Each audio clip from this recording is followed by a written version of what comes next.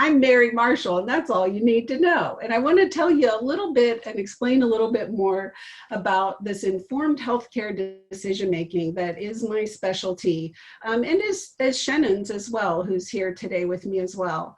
And I want to do that, show you that by way of an example of the informed healthcare decision making process around the COVID vaccine, because I thought that might be of service to you and be helpful to all of us.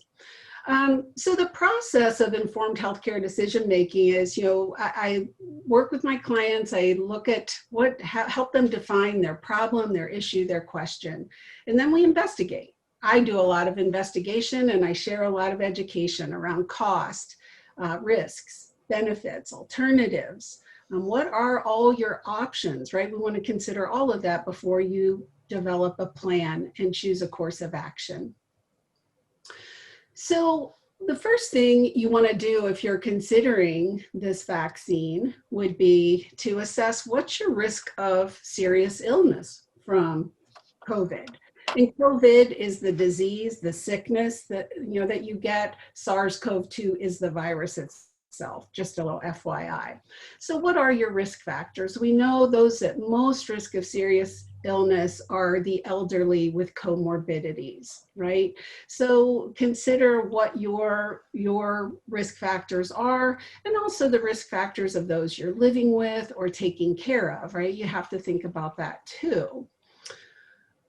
And before you consider a specific or this specific vaccine, I want to share some information about vaccines in general that I think is really pertinent.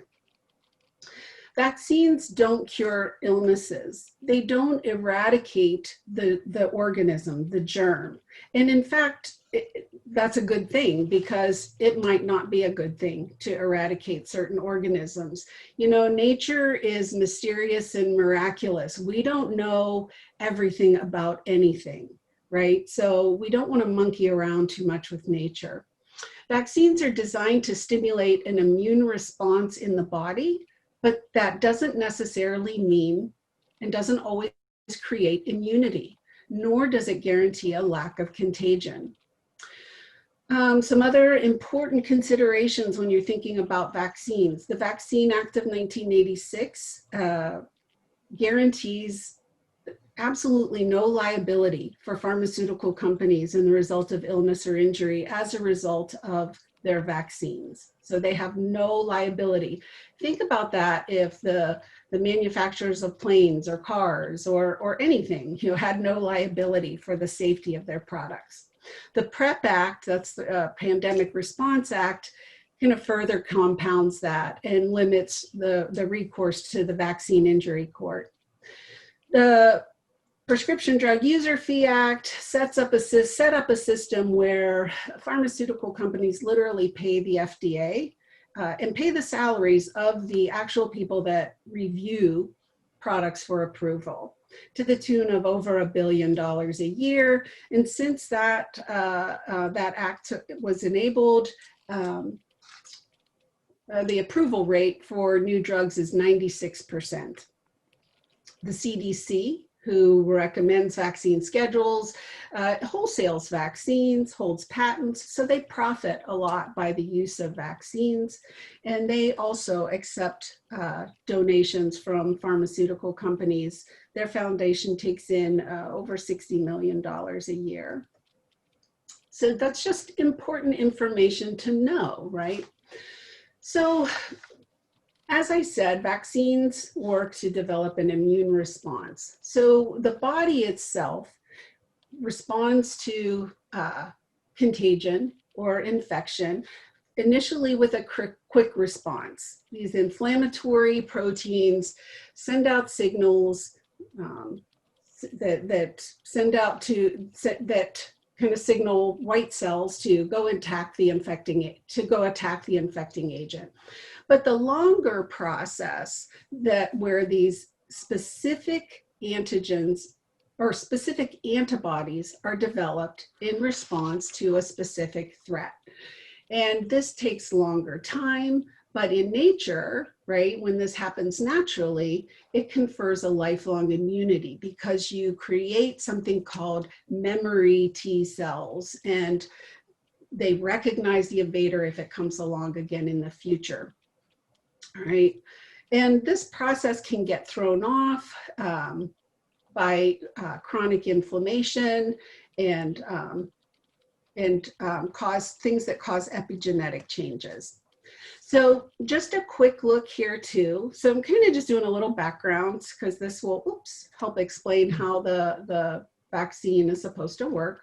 Viruses can't reproduce, right? So they worm their way into a cell of a host and kind of hijack the DNA, right? The genetic mechanisms and the genetic reproduction mechanism, and recreate or reproduce their genetic material and create new cells. So the virus has to get into a host to reproduce. The SARS-CoV-2 virus, I'm sick of this picture, but we've all seen it, right? These little sticky things sticking out are called spike proteins. And that's what helps the virus attach to a specific receptor on cells, human cells, that gives it entryway into the cell so it can then kind of utilize the genetic reproduction. Now, the two viruses I'm mostly talking about today are these mRNA vaccines. They're using a new technology they've not been able to successfully create a vaccine with this technology, even though they've been trying for 20 years. And this is the Pfizer and Moderna vaccines that we've been hearing about. We're in the efficacy wars this past week, claiming their 90% efficacy, 95% efficacy. But how this works is they've taken a small bit of genetic material of coronavirus, the SARS-CoV-2 virus. They surround it in a little fat bubble that then, because the cell membrane is also fatty and oily, it eases entry into the cell. Then your cells are, the goal is for your cells to then take this genetic material and create the spike protein. All right, remember that little spike protein that the coronavirus attaches to your cells with. Then this is supposed to stimulate your body to create antibodies to that spike protein and then be able to attack it in the future. Very simplified, right? I understand this is super simplified, but that's how it's designed to work. A couple of things here just to think about, we'll talk about it a little bit later. You're designing, one, you're injecting something that's not self, that's not human, into your own cells and stimulating your cells to produce something that you also want the body to fight against. So I think that's some tricky territory we're in. So far, well, first of all, what are the trials even set up to tell us, right? We learn a lot about how studies are designed. Well, a couple of things that they're not designed to tell us are, will this virus or will this vaccine result in less hospital admissions, use of intensive care, or death? These studies can't tell us that the way they're designed. Nor can they tell us whether this virus will interrupt transmission of coronavirus? Right? They're just not set up with that because the majority of people only experience mild symptoms of COVID. So to really, it would take too long and you need too many people to find those things out. So we're not even going to find that out. In terms of another thing that I really wanted to make sure I touched on is they throw these numbers out that we're looking at 30,000 participants in these studies, huge numbers of trial participants, and they vaccinate half and don't or give a so-called placebo to the other half. What they don't tell you, or what we don't often, a lot of us don't know, is that they only wait till about 150 to 160 people get symptoms, meaning a cough or a sniffle, right? We're only looking at mild symptoms. And then they determine, did you get vaccinated or not, to say whether or not the vaccine was effective. So they're not looking at 30,000 cases. They're looking at about 150 to 160. All right, so very difficult to find adverse reactions in such a small sample group. And history tends to repeat itself.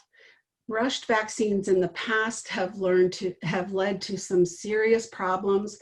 There was a release of contaminated polio vaccines in 1955.